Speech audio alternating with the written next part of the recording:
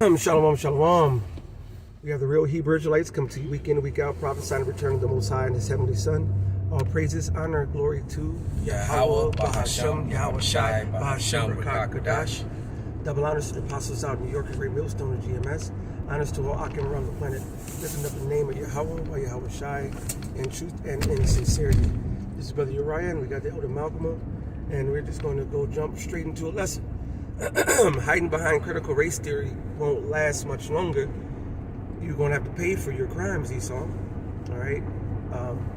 We were just talking, and then and you can use the elder. Matter of fact, you can go ahead and you can kick it off. Yeah. Let me go to that Ecclesiastes. I think that's in Ecclesiastes. When the Lord requires that which is past. Right. That's perfect. Because right now, Esau lives and dies, pass on his money to his children, and lives and dies, and he's not suffering. He's stacking chips. They're running everything. Well, especially Amalek. Mm-hmm. All right, especially Amalek, and the Edomites who benefited from Amalek's Amalek's charity. Right. That allowed them to own some acres of land and things of that nature. His crumbs. All that's deteriorating too. So now they're complaining. But in times past, you've often heard them brag about how their foreparents came over here with nothing and they pulled themselves up by the bootstraps, whatever right. the hell they're supposed to mean. And the fact is that they came over here and they were given millions upon millions of acres of stolen land. And then they were even sent to school to learn how to farm that land. So, and they've had an upper hand in creating generational wealth to pass on to their children. And even though they had all these head starts and all these stairs, these ladder steps that they can climb to get above Jake, a lot of Jake still got to them and surpassed them. That's right. And what if they do? They burn down and destroy those neighborhoods and all those homesteads around the country. That's right. All right, and then set up programs to keep Jake down. But let me read this. This is Ecclesiastes 3:15, and it reads, "That which have been is now, and that which is to be have already been. And God requireth that which is past." So, they'll always say, "Well, why are you bringing up old stuff?" But you know what? You may have forgotten it, or it was never told to you because you own this house and this land and know it's been in your family, but you don't know the real roots of how your family got that land. That's right. All right. If I may, the scriptures say, just because judgment isn't executed speedily amongst the wicked, their hearts are fully setting them to do evil. So since they haven't got paid back for this, all they're doing is stacking sin on top of sin on top of sin on top of sin on top of sin.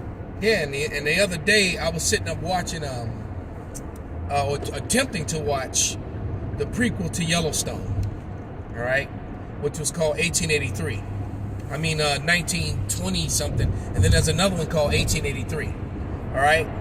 But when you know the history of how the land was given, literally given unto, I'm trying to find my, there we go.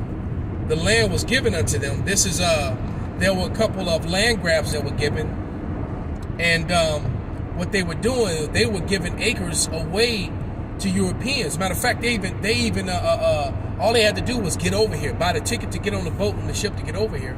And then they were given land. And in a lot of cases, they were, like I said, they were sent to school to learn how to farm this land. Do a lesson, I got to call you back. And they benefited greatly from that. All right. But here it says it may be fashionable to play Indian now. All right. All these Dow's Roll Edomites that signed that petition claiming that they were natives. All right. Showing up at the powwows. Right. Fucking up the rhythm. All right. Absolutely. It says, but it was also trendy 125 years ago when people paid $5 a piece for falsified documents declaring them native on the Dawes rolls. And their so-called $5 Indians paid government agents under the table in order to reap benefits that came from having Indian blood. Mainly white men, it was only white men, all right? That's right. Not mainly, all right? or so-called white men. Unless they're talking about a woman too, because women did it too. All right, they said, well, no, they didn't want to allow women to own land. So women enjoyed the benefits of it because they were married to these white men, so so-called white men. So this was Edomites. All right, yeah, because they had laws in place, and they, you know, I don't know when they changed them, but you know, women couldn't own land. That kept the patriarchy in order. Right. Until unless they were the sole heir of a man, and you know, he had no other sons or anything. But it says mainly white men with an appetite for land, which was them all for the most part. If they could afford to buy it, they would have. It says $5 Indians paid to register on the Dow's roll, earning fraudulent enrollment in tribes along with the benefits inherited by generations to come.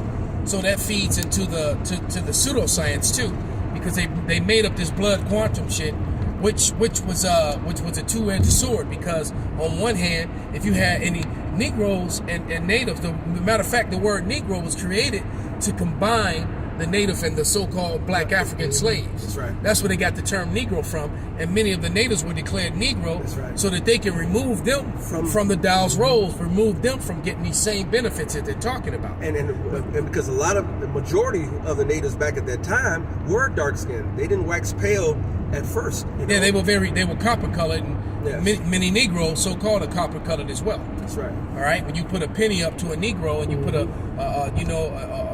penny up to a native, you couldn't tell them apart looking at their skin. That's right. All right, it was other features, you know, the nose and the hair texture, which is how you did it. But nevertheless, you know, a lot of natives were reclassified as Negroes to keep them from reaping the benefits in their own land.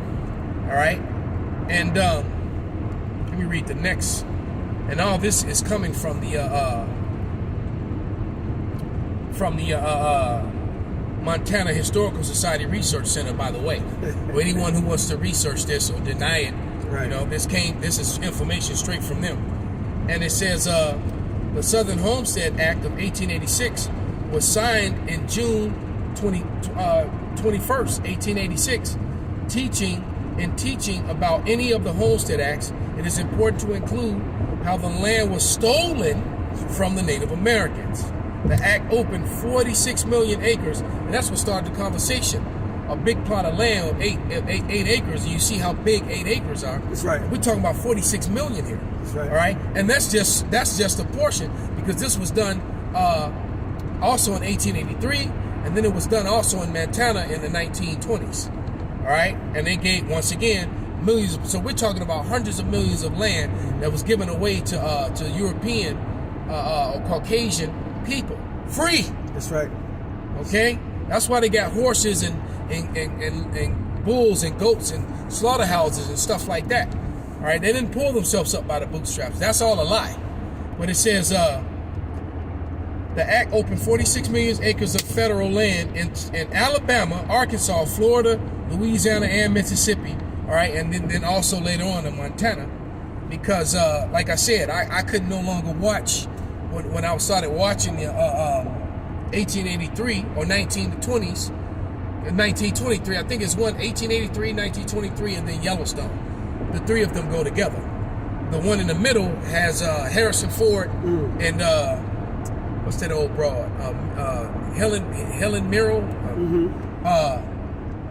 And you know, and they're the foreparents of Kevin Costner in the Yellowstone series, which was a big hit. All right, because I actually have it on DVD. I haven't even watched it yet. Because I ended up watching a couple episodes, like, damn, this is actually pretty good. And I came across the DVD set for free, so I bought it. All right, but the fact is that now I know the history behind it. Okay, and which I kind of knew the history already. But this Dutton family, I think their name was Dutton. They got wealthy on stolen land. Then they're fighting and shooting each other. Get off my land! It's not your land. That's right. Stolen it's land. The same thing going on, you know, over in the Holy Land. That's right. You got people there that don't belong there, claiming to killing and murdering people. Both sides. Or murdering. I won't say killing. All right, I would say murdering. Absolutely. For over something that doesn't belong to them. That's right. All right. And like we said, the Lord required that which is past, man. All right. And then they were taking the natives and breaking them. Breaking up their families, you know, They had the boarding schools for the girls and the boys. You know, where the girls were, they always were finding, you know, they were always finding the small fetuses, right, in the graves and stuff. Every time they tore one down, right. Same thing when they tore down one of them Catholic places. That's right. You know, they find all them damn fetuses from babies, man. So, you know, these people are nothing like they pretend to be. That's right. Pious and holy. And we always tell you that some of the most heinous acts in the history of mankind has been done under the banner of Christianity. That's right. And done by so-called white Christians. Yeah, that's right. That's why that scripture, the shameful spewing, keeps coming up so much. Because the Most High is revealing and making you bare. He's, you know, pulling down the leg. He's showing out. He's exposing you. He's showing your true colors. And now the other nations see it. The Israelites, especially the righteous Israelites, so-called Negroes, Latino, Native Americans, will see it. And it's actually breaking down the strongholds that Esau has over the planet. That covering that has been cast is now starting to slip. Yeah, then they get mad, and this very history that I'm reading, what I just read would be called critical race theory. That's right. Anything that exposes them, and you know, or what they really did, they want to call it critical race theory and try to hide behind it and remove history from school. And just like the name of one of my channels is not critical race history. This is critical race historical facts. That's right. All right, and they don't like their history. That's right. And it's funny because there was a time when they bragged about it. That's right. They were very, you know, we're the dominant species, we're the dominant males, we're the alpha males, and you know, we conquered you. We had a foot on your necks. You know, we bent your women over. They were proud of it. That's right. Survival of the fittest. Yeah. And now, you know, and now they're ashamed of it and don't want it to be told, to be shared. That's right. All right. Let me grab that shameful spewing. Wow. And it's beautiful, man, because what it's doing is actually strengthening the heathens to come up and tear you down, and it's also emboldening the hopeful righteous elect to continue on, you know, the exposing and to raising up of our people. Yeah, you got that one Ishmaelite guy who goes on in on them. Oh yeah, you gotta I think love he's that, Jake, bro. He's too cool. He's too smooth. He's too smooth with his speech. He's got too much sauce. You know the guy. He reminds me of Malcolm X when he speaks. You know, because Malcolm X was very charismatic and very eloquent. Yeah, and this guy, he has that saying. He got that flavor. Now you know the guy who says, "I usually don't drink beer, but when I do, I drink Dos Equis." Right. He got that type of speaking voice, so he has that, and that regal. He has a regal way about him. You know, even the way he speaks and holds himself. I kind of agree with you. That dude might be a Jake, but this is Habakkuk 2 in 15, and it reads, "Woe to him that giveth his neighbor drink, that putteth the bottle to him, that's right, and maketh him drunk also, and thou mayest look upon their nakedness." So they made us drunk here in America by teaching us false history. History that I questioned as a child and was getting in trouble for. Me too. Because some of the same points that we were talking about, it's like, man, the Lord picks people. You're born to do what you do, man. That's right. Because in the 5th, 6th, and 7th grade, I was having arguments with my classmates because they were getting angry because, you know, I'm asking all these questions and they just wanted to get out for recess or go outside for lunch or whatever, and they didn't want to hear all this stuff. See, I was pissing off the teachers doing the same thing. You know, and the same thing because they called my mom into school just to fuss at me, and she'll ask them, "Well, was he right?" And then that's not the point. And my son turned around and did the same thing. Perfect. You know, make me think about the Detroit brothers who used to do when they first came in. The two young brothers. They were still in high school, and they did their book report about the Israelites. Oh man, cut them smooth. Yes. Kind of lucky, man. That shows you the spirit, like we were talking yesterday when the Apostle Tahar did a lesson, the street teaching that was talking about the same thing that we ended up teaching on the line. And you said, I bet you the same thing. I went in on the same thing. I didn't know that he taught on that. That's right. So one body, you know, one spirit. But it says, "For thou art filled with shame for glory. That's right. Drink thou also, and let thy foreskin be uncovered. The cup of Yahweh's right hand shall be turned unto thee," and we can't wait. "And the shameful spewing shall be upon thy glory." And that's what's happening because they wrote history in a way, you know, that they made it sound smooth. That's right. Or they even say it was a good thing. Well, we civilized you, and that's right. And you know, you were heathen and you were cannibals. And they said it about Gad, and they said it about the so-called Negro, which they love to refer to as black Africans. That's right. All right. when you know, no, that lie, that's a lie that you're going to have to stop telling too. That's right. Because you got many so-called black Africans that are telling you the people we sold were not our people, they were the Israelites. That's right. All right? They weren't the same people. They were at war with these people. All right? That's right. And you know, and Esau came along and then, you know, he made everything about color. When that in the ancient world, it wasn't about color, it was about who your father, what side, That's right. what tribe, what seed line. The stock. What stock? Who did you come from? Not the color of your skin, because they understood that men, conquerors, kings, nobles, all right, would often put their seed in the conquered women, and the conquered women weren't of them. But they also understood that that when a woman has a child, that child is of his father's nation, not of its mother's. They knew this in the ancient world. They didn't bring that confusion about that until now. All right, to fit their lives, all this half this and half that, and quarter this, third that, right, and with them blood quadrant shit, which is all a lie and pseudoscience. Because on one hand, you put in 1883, you can look that receipt up in Virginia. There was an act that was done, and in that act, it labeled it created this new class of people called Negroes, which was the combining of the Native American and the African slave. Right. All right. And they call them Negroes. That's where they get that term from. All right.